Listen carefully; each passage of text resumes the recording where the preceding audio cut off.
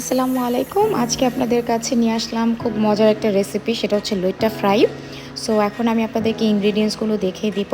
ইনগ্রিডিয়েন্টসে আমাদের একটা ডিম লাগবে, আদা রসুন বাটা, সাদা সর্ষে বাটা, জিরা বাটা, সয়া সস, কর্নফ্লাওয়ার, লবণ, কালো গোলমরিচ এবং হচ্ছে একটা ছোট টুকরো লেবু।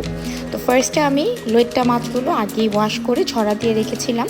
এই মাছগুলোকে আমি এরকম ছোট ছোট স্লাইস করে নিয়েছি।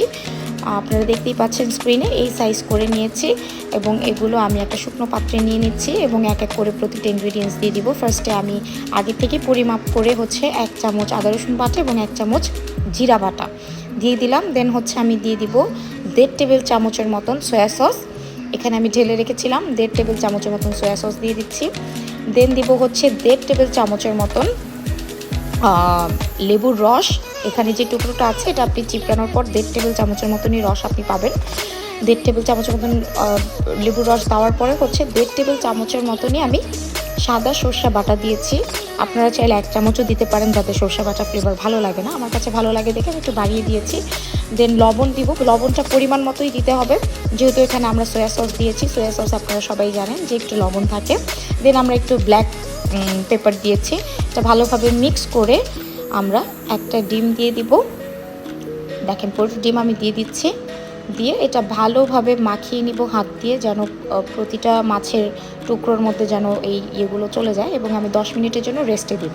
10 মিনিট পর আমি এই মাছগুলোকে এক্সেস যে আপনার মশলাগুলো আছে এগুলো ঝরা দিয়ে আরেকটা পাত্রে আমি এটা ট্রান্সফার করব, কারণ ওইটা আপনারা দেখতেই পাচ্ছেন খুব পানি পানি। কর্নফ্লাওয়ার দিলে আপনার মাখা মাখা হবে না, তো আমি একটু রেড চিলি পাউডার অ্যাড করে নিচ্ছি ঝাল খাওয়ার জন্য। দেন কর্নফ্লাওয়ার অ্যাড করব গ্র্যাজুয়ালি।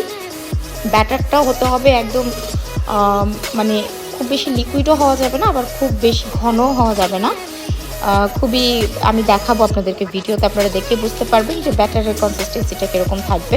সো আমি আবার পরবর্তীতে আরেকটু কর্নফ্লাওয়ার অ্যাড করে নিচ্ছি। দেন আমি নেক্সট একটা পাত্রে তেল দিয়ে দিচ্ছি। তেলটা যখন সুন্দর গরম হয়ে আসবে, আপনারা কীভাবে বুঝবেন, যখন দেখবেন তেলের ভিতরে ছোটো ছোটো বাবলস হচ্ছে, তাহলে বুঝে নিতে হবে যে আপনাদের তেলটা এনাফ গরম হয়ে গিয়েছে।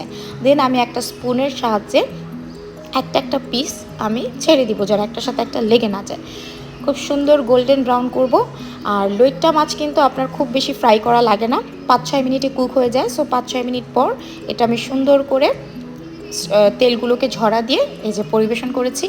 আপনারা অবশ্যই রেসিপিটা বাসায় ট্রাই করে আমাকে জানাবেন কেমন হয়েছে। ততক্ষণ আল্লাহ হাফেজ।